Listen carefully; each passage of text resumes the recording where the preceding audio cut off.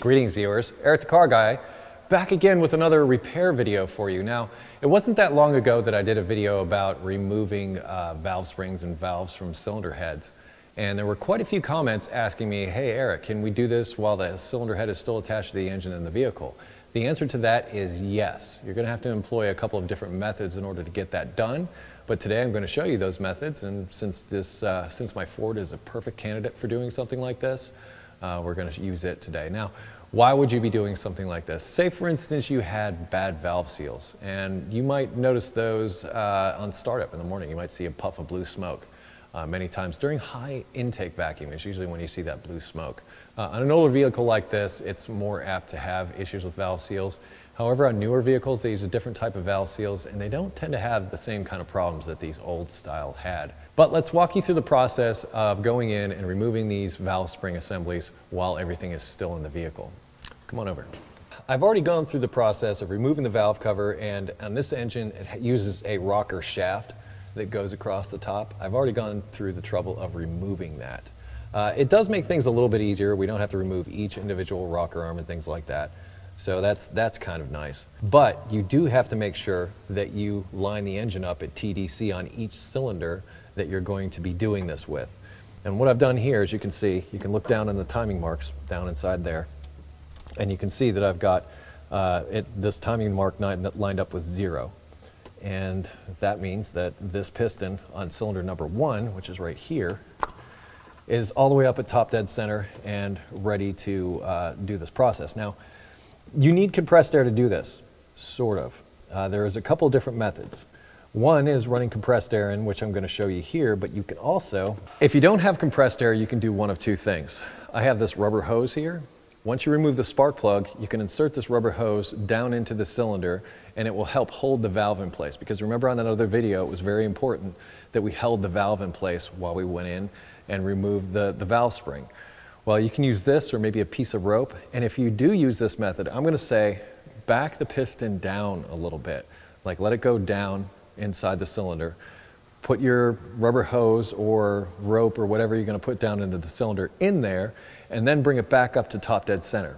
And that will help seat this in the hole, because if not, you may not be able to get enough of this in there to hold the valves in place. So it's a little trickier with this type of method, and honestly, I would rather see you use like maybe a piece of clothesline or something as opposed to this rubber hose.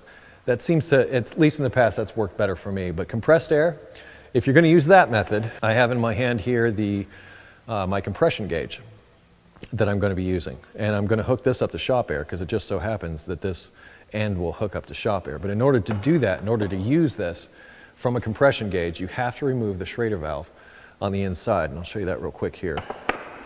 You can see right down on the end there. There's the schrader valve. If you don't take that out, this method won't work. So you have to get down in there, remove that valve, like so. And now you have a hose that's going to allow compressed air to pass through it, just straight through. If you didn't take that schrader valve out, this would not be successful. Next, I'm going to remove the spark plug for that particular cylinder.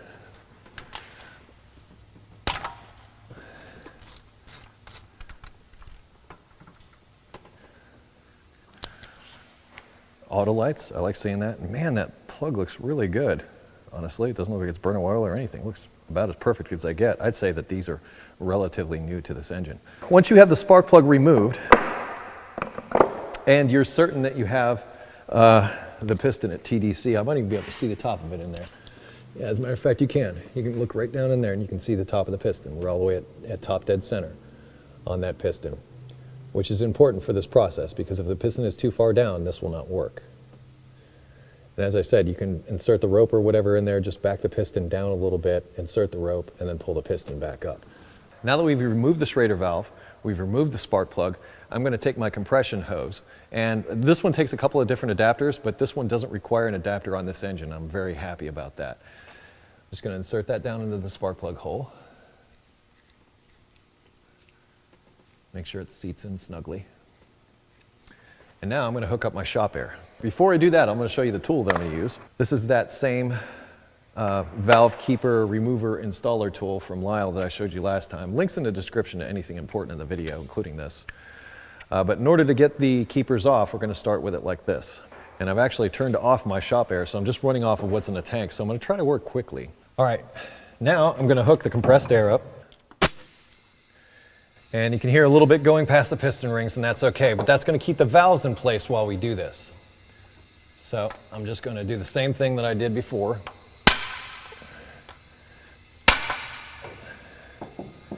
And as you can see, I have the keepers and everything all in here.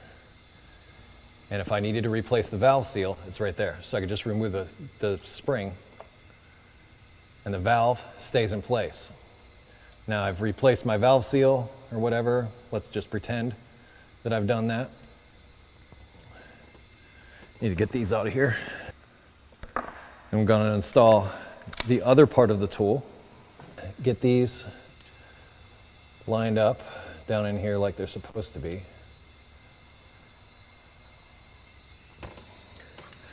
I'm going to come in with the same tool, but with the other part on it.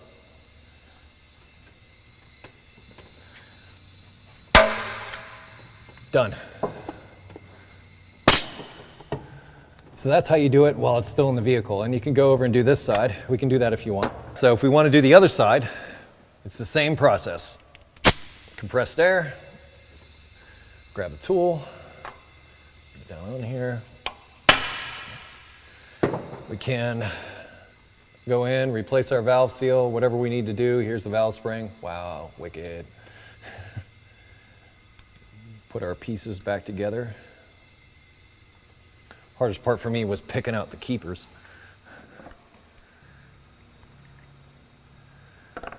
Okay. Put the keepers down in place. Get those as ready as they can be.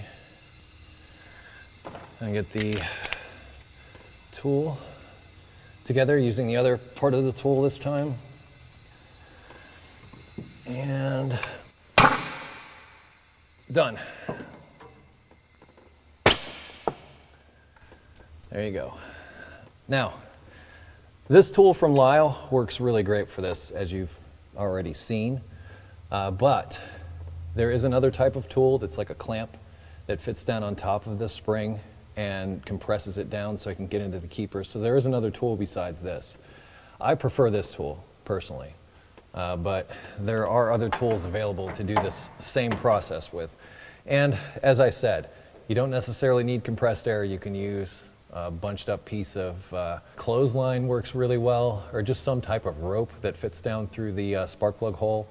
Also rubber, but once again, turn the engine backwards a little bit, fill up the cylinder with the rope, rubber hose, whatever you have, then turn it back to TDC, and that should hold the valves in place. It's paramount that the valves don't fall down inside the engine while you're doing this. If they do, well, it can present somewhat of a problem. They'll probably still be sticking up a little bit, but as far as actually performing the process of getting this back together, you really need compressed air in there or something of that nature. Like I said, clothesline, whatever, in order to be successful.